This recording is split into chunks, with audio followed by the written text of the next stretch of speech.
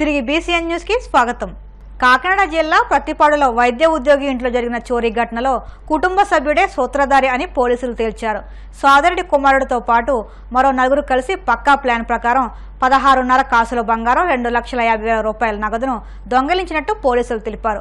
Prathipadu police స్టేషన్లో సోమవారం సాయంత్రం ఏర్పాటు చేసిన మీడియా సమావేశంలో సిఐ ఎం శేఖర్ బాబు మాట్లాడుతూ, ప్రతిపాడు ఫైర్ స్టేషన్ సమీపంలో నివాసం ఉంటున్న వైద్య ఉద్యోగి మత్స్యకారుల అప్పలస్వామి ఇంట్లో ఈ నెల 27న చోరీ జరిగిందని తెలిపారు. ఫిర్యాదు మేరకు పోలీసు బృందాలు గాలింపు చర్యలు చేపట్టి నిందితులను అరెస్ట్ చేసినట్టు తెలిపారు. ఈ మీడియా సమావేశంలో ఎస్ఐలు, పోలీసు సిబ్బంది పాల్గొన్నారు. 25వ తారీఖున ప్రతిపాడు గ్రామంలో ఫైర్ స్టేషన్ వీధిలో మత్స్యకారుల అప్పలస్వామి గారి యొక్క ఇంట్లో పట్టుపగలు దొంగతనం జరగడం, సుమారు 22.5 కాసులు బంగారం వస్తువులు, అదేవిధంగా 3 లక్షల రూపాయలు నగదు దొంగిలించబడినట్లుగా ఫిర్యాదు రావడం, ఆ ఫిర్యాదుపై కేసు నమోదు చేసి జిల్లా ఎస్పీ గారి యొక్క ఆదేశాల మేరకు పెద్దాపురం డిఎస్పీ గారు ప్రతాప్ కుమార్ గారి ఆధ్వర్యంలో సర్కిల్ ఇన్స్పెక్టర్ అయిన నేను మరియు మా సర్కిల్ ఎస్ఐఎస్ వారి సిబ్బంది అంతా కూడా ప్రతిష్టాత్మకంగా తీసుకుని 3 టీములుగా విడిపోయి ఈ కేసు యొక్క మూలాలను శోధించి ఈ దొంగతనాన్ని పాల్పడిన వారిని పట్టుకోవడం జరిగింది. ఈ దొంగతనానికి పాల్పడిన వారు అందరూ కూడా యువకులే. మత్స్యకారుల ఛాయ్ చరణ్ అనేవాడు దీనందరికీ సూత్రధారి. ఇతను బీటెక్ చదువుతున్నాడు. వ్యసనాలకు పాల్పడి అప్పుల పాలై అది తీరే దారి లేక వాటిని తీర్చుకోవాలనే దురుద్దేశంతో తన సొంత ఇంట్లోనే ఈ యొక్క దొంగతనానికి పాల్పడ్డాడు. దానికి అతని చిన్ననాటి స్నేహితులైన ప్రతిపాడు గ్రామస్తుడు అలుగుల అజయ్ వెంకటేష్, అతని స్నేహితులైన కాకినాడ వాస్తవ్యులు బలసాడి ధనుష్, పంతాడి సత్యసాయి అనే వాళ్ళక సహాయం తీసుకోవడం జరిగింది. ఈ యొక్క ఇంట్లో ఎప్పుడు ఎవరు బయటికి వెళ్తారు, తాళాలు ఎక్కడ ఉంటాయని చెప్పేసి ఆనుపాలను తెలిసిన వ్యక్తి కనుక ఇంటిలో ఎవరు లేని సమయంలో 25వ తారీఖు మధ్యాహ్నం సుమారు 2:30 గంటలకు వాళ్ళని పిలిపించి నలుగురు కలిసి ఇంట్లోకి వెళ్ళి యాజిటీస్గా తాళాలు తీసి బంగారపు వస్తువులను నగదును దొంగిలించుకుపోయి ఇవి వాళ్ళ దగ్గర ఉంటే కనుక పోలీసులు పట్టుకుంటారని చాకచక్యంగా ఈ ఛాయ్ శరణ్ యొక్క మరొక స్నేహితుడైన బన్నీ అనే గణేశ్వర్కి ఇచ్చి కొంత 2-3 రోజులు దాయించడం జరిగింది.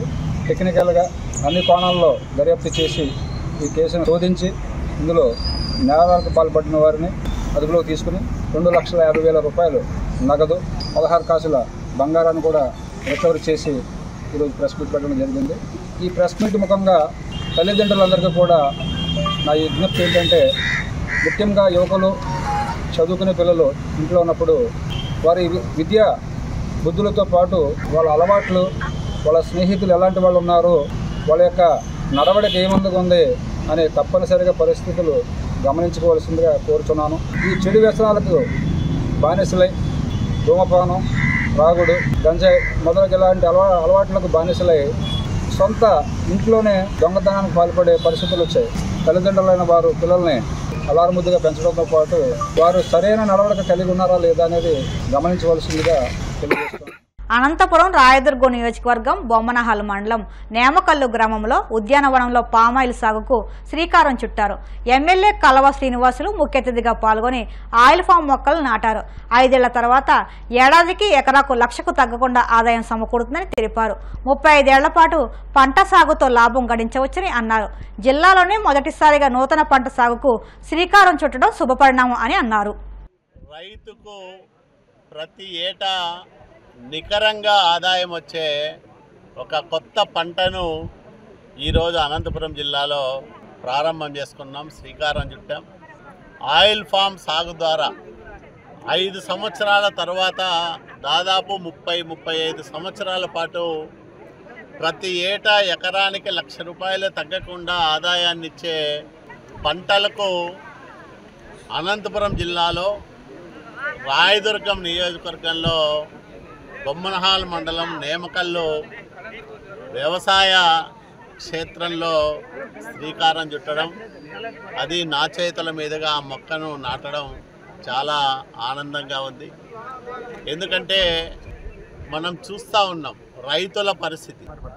నీళ్లు లేని రైతులు వరుణదేవుడి పైన ఆధారపడి పంటలు పెడితే సకాలంలో వర్షాలు కురవక ప్రతి ఏటా జరుగుతున్న పంట నష్టాలతో తీవ్రంగా ఆర్థిక ఇబ్బందులకు గురవుతా ఉన్నాడు సగటు రైతు. పోనీ బోర్లలో నీళ్లుండి పంటలు పెట్టినా మార్కెటింగ్ సౌకర్యంలో అనేక అవాంతరాలు ఎదురవుతున్న సందర్భంలో రైతుకు గిట్టుబాటు ధరలు లేక చాలా సమస్యలు ఎదుర్కొంటున్నాడు. ఇలాంటి నేపథ్యంలో అనంతపురం జిల్లాలో 6 మండలాలను ఈ ఆయిల్ ఫామ్ సాగుకు ఎంపిక చేయడం, ఆ 6 3 మండలాలు రాయదుర్గం నియోజకవర్గంలో ఉండడం చాలా శుభదాయకమని నేను భావిస్తూ ఉన్నాను. భవిష్యత్తులో ఆయిల్ ఫామ్ సాగు చేసే రైతుల సంఖ్య బాగా పెరిగి ప్రతి ఏటా నికర ఆదాయం పొందుతూ ఆర్థిక స్వావలంబన దిశగా ఆ రైతు కుటుంబాలు ముందుకు సాగాలని నేను ప్రగాఢంగా విశ్వసిస్తూ ఉన్నా.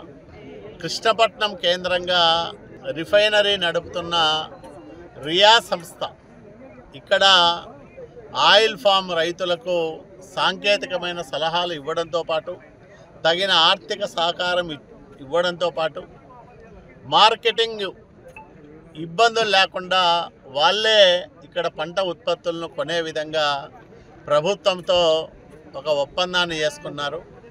ఆ ఒప్పందం ప్రకారం ఆయిల్ ఫామ్ రైతులకు ప్రభుత్వం నిర్ణయించిన ధరలు ప్రతి ఏటా లభ్యమయ్యేదానికి అవకాశం ఏర్పడుతుంది. భవిష్యత్తు ఉజ్వలంగా ఉండే ఈ ఆయిల్ ఫామ్ వైపు రైతులందరూ కూడా మొగ్గు చూపాలని నేను ఈ సందర్భంగా కోరుతాను. గుర్రపు స్వారీ చేస్తూ రోడ్డుపై పడి ఓ యువకుడు మృతి చెందాడు. ఆంధ్రప్రదేశ్ కర్నూలు జిల్లాలో జరిగిన ఈ ఘటనకు సంబంధించిన వీడియో వైరల్ అవుతుంది. ఈ వీడియో మధ్యకర ప్రాంతానికి చెందినదిగా చెబుతున్నారు. మరణించిన యువకుడు పృథ్వీరాజ్ రాయుడు. అతను దసరా పండుగ కోసం గుర్రపు స్వారీ చేస్తున్నాడు. గుర్రంపై నుంచి కింద పడడంతో తీవ్రంగా గాయపడిన యువకుడిని ప్రభుత్వ ఆసుపత్రికి తరలించగా చికిత్స పొందుతూ మృతి చెందాడు. వార్తలు ముగించే ముందు ముఖ్యాంశాలు మరొక్కసారి. తెలుగు రాష్ట్రాల్లో నిండుకుండను తలపిస్తున్న జలాశయాలు. శ్రీశైలం నుంచి భారీగా దిగువకు నీరు.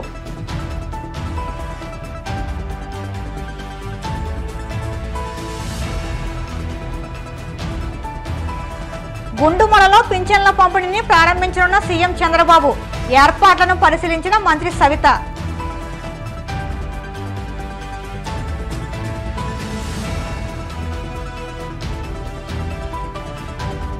అమలాపురం కలెక్టర్ కార్యాలయం వద్ద వరి రైతుల ఆందోళన.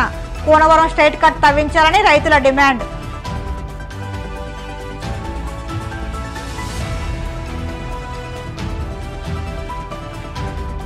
వైద్య ఉద్యోగి ఇంట్లో చోరీ కేసును ఛేదించిన ప్రత్తిపాడు పోలీసులు. సోదరుడి కుమారుడితో పాటు మరో 4 అరెస్టు. ఈ వార్తలు ఇంతటితో సమాప్తం. మరిన్ని వార్తల కోసం BCN digital YouTube channel, Facebook పేజీని ఫాలో అవ్వండి. అప్డేట్ వార్తల కోసం ప్లీజ్ సబ్స్క్రైబ్.